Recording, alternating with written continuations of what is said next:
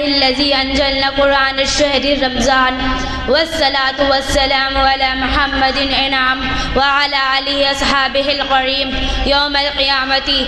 أما بعد فقد قال الله تعالى في قرآن المجيد: أعوذ بالله من الشيطان الرجيم بسم الله الرحمن الرحيم.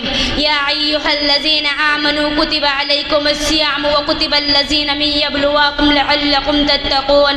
صدر محترم حضرات، ابھی میں نے آخر کتاب کی باثواب کی ایک آیت تلاوت کی ہے جس کا ترجمہ یہ ہے کہ اے ایمان والو تم پر روزے فرض کیے گئے ہیں جیسے کہ پہلے امتوں پر فرض کیے گئے تھے تاکہ تم امتی بن جاؤ.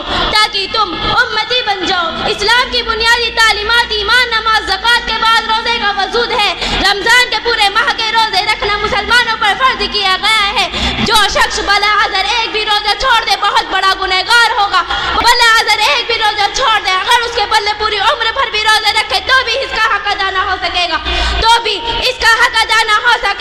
محترم بزرگوں، روزہ ایک ایسی عبادت ہے جو نہ صرف اسلام ہی میں ہے بلکہ دنیا میں جتنے مذہب ہے سب میں کسی نہ کسی شکل میں روزے کا وجود ہے. ہندوستانی ہو یا عیسائی ہو، بودھ ہو یا موسائی ہو، سبھی روزے رکھتے ہیں.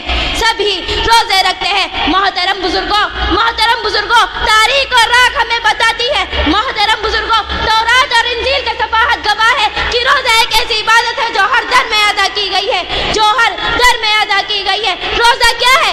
ایک ایسا امن جو ہمیں فرشتہ کی صفحات میں لا کر کھڑا کر دیتا ہے. فرشتے نہ ہی کھاتے ہیں نہ ہی پیتے ہیں، ان کی پوری زندگی الہی احکام کی تعلیماتوں میں گزر گئی. واقعہ یہ ہے رمضان کا مہینہ تربیت کا مہینہ ہے. آپ کا جی چاہے آپ شہری سے لطف برحوث کریں.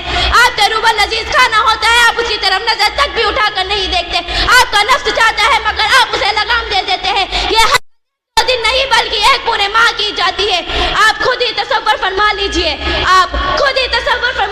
کہ یہ آپ کے نفس کو کنٹرول کرنے کا کتنا بہترین طریقہ ہے.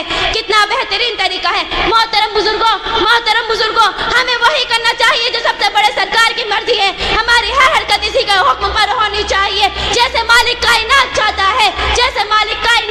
ہے. ہماری ہر حرکت اسی کے حکم پر ہونی چاہیے جیسے مالک کائنات چاہتا ہے. وہ کہے کھا تو کھا، وہ کہے چل تو چل، وہ کہے رک تو رک جاؤ، اور اگر وہ کہے نہ کھا اور نہ پی تو ہمیں اس کے سامنے سر جھکانا لازم ہے.